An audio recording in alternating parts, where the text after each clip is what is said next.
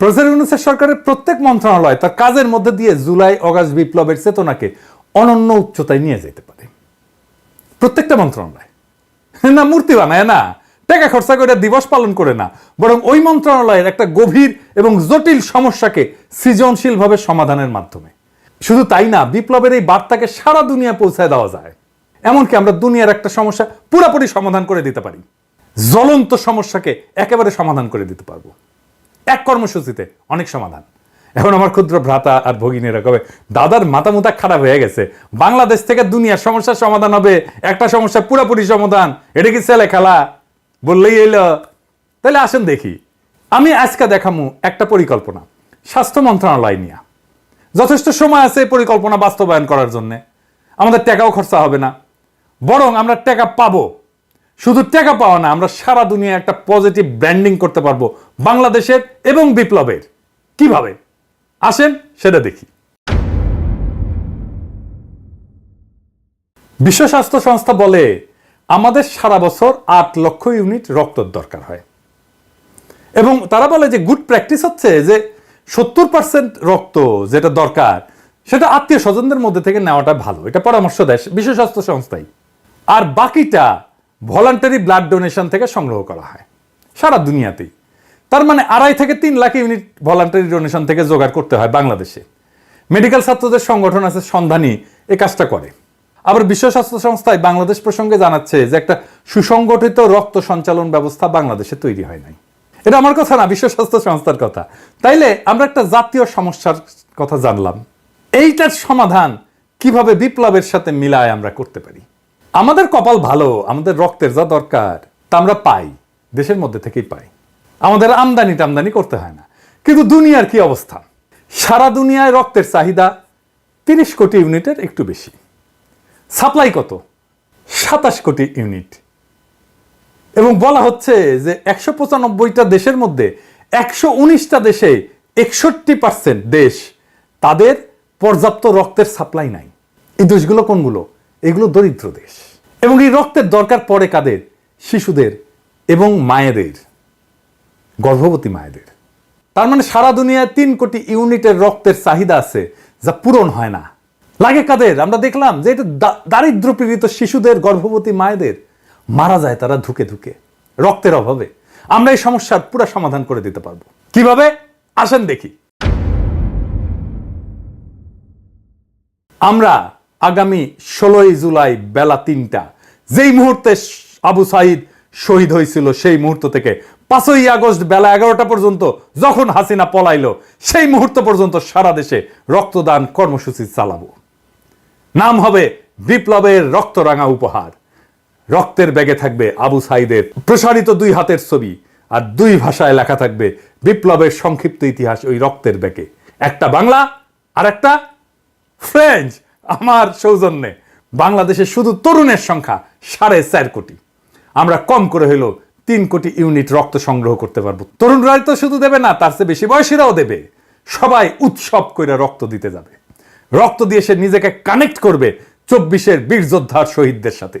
সে মনে করবে সে নিজেকে মহাজীবনের সাথে যুক্ত করছে। সেই মহাজীবন, যে মহাজীবন আমাদেরকে মুক্তি দিছে, যে মহাজীবন বিপ্লবের মাঠে, বিপ্লবের রাজপথে বীরের মতো লড়াই করছে, জীবন দিছে, আহত হয়েছে। একটা জাতীয় পুনর্জাগরণ হবে প্রত্যেক বছরে ঠিক বিপ্লবের সময়গুলোতে। এমনিতেই নানা অনুষ্ঠান কর্মসূচি হবে এই সময়টা জুড়ে। স্বাস্থ্য মন্ত্রণালয়ের এই কাজটা একটা সম্পূর্ণ ভিন্ন মাত্রা দেবে এই সময়টাকে। আমরা বিশ্ব স্বাস্থ্য সংস্থাকে বলবো আমাদের টেকনিক্যাল অ্যাসিস্ট্যান্স দাও। আমরা বলবো আমরা রক্ত সংগ্রহ করে দিচ্ছি, সংরক্ষণ করার ব্যবস্থা করে দাও, ক্রায়োপ্রিজার্ভেশন করার ব্যবস্থা করে দাও। এত লার্জ অ্যামাউন্ট রক্ত ক্রায়োপ্রিজার্ভেশনের জন্য অনেক লজিস্টিক্স লাগবে। বিশ্ব স্বাস্থ্য সংস্থা আগায় আসবে আগ্রহ ভরে এই কাজটা করে দেওয়ার জন্য, কারণ সারা দুনিয়ার সমস্যার সমাধান হয়ে যাবে।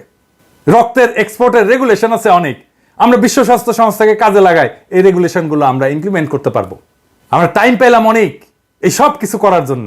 আমাদের তরুণদের একটা চেক আপ হয়ে যাবে, কারণ রক্ত দেওয়ার আগে একটা চেক আপ করতে হয় ম্যান্ডেটরি। কি কি?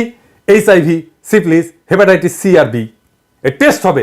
বিশাল একটা স্ক্রিনিং হয়ে যাবে সবার মুফতে। অবশ্য ছাত্রলীগের খাইস্টাগুলো ধরা খাবে। ডাক্তার এসে কবে এই এদিকে আসো, সে কবে কি হয়েছে ডাক্তার সাহেব?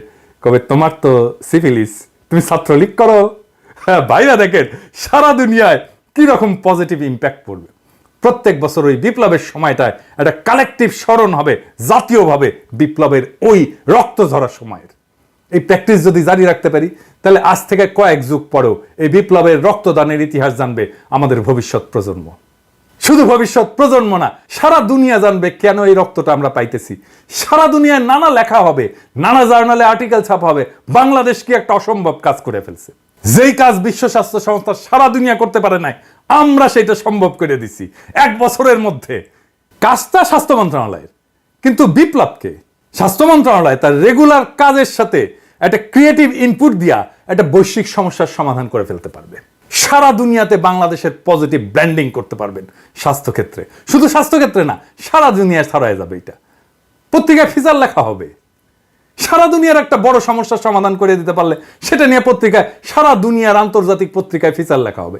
সব মন্ত্রণালয়ে এরকম ক্রিয়েটিভ কাজ করা যায়। এই কাজটা যত ক্রিয়েটিভই হোক না কেন, এটা স্বাস্থ্য মন্ত্রণালয় করবে? আমার অনুমান করবে না। 2টা কারণে। যে কোনো ক্রিয়েটিভ পরিকল্পনা তাকেই করতে হয় যে মন্ত্রণালয়কে লিড করে। স্বপ্ন দেখতে হয় লিডারকে, প্যাশন নিয়ে তার ড্রিমকে রিয়ালাইজ করতে হয় তাকেই, লিডারকেই। করতে পারলে এই পরিকল্পনা বাস্তবায়ন করলে ভালো, আমি তো খুশি, আপনারাও খুশি। না করলেও অসুবিধা নাই। আমার ক্ষুদ্র ভ্রাতা আর ভগিনীরা দেখলো, ওইটাই আমার লাভ। তারা শিখলো আউট অফ দ্য বক্স চিন্তা কইরা কিভাবে দারুণ সব পরিকল্পনা করা যায়। আমার ক্ষুদ্র ভ্রাতা আর ভগিনীদের মধ্যে কেউ কেউ যখন ভবিষ্যৎ বাংলাদেশের কাণ্ডারি হবে, সেই দিন তারা হয়তো আমার এই আজকের এপিসোডের কথা স্মরণ কইরা দারুণ দারুণ সব পরিকল্পনা করবে। সেই দিন হয়তো আমি থাকবো না, কিন্তু ওই পরিকল্পনার মধ্যেই থাকবে আমার আজকের চিন্তা। ওইটাই আমার অমরত্ব, ওইটাই আমার কালেকটিভ মেমোরিতে বেঁচে থাকা। আমার আজকের ভিডিও আজকের স্বাস্থ্য মন্ত্রণালয়ের জন্য না, আসলে আজকের ভিডিওটা আজকের সেই তরুণদের জন্য যাদের মধ্যে থেকে আসবে আমাদের আগামী দিনের স্বপ্নের সেই রাজকুমার, যারা আমাদের মতো শুধু নিষ্ফল স্বপ্নই দেখবে না, যাদের সেটাকে বাস্তব করার হিম্মত থাকবে। ইনকিলাব জিন্দাবাদ।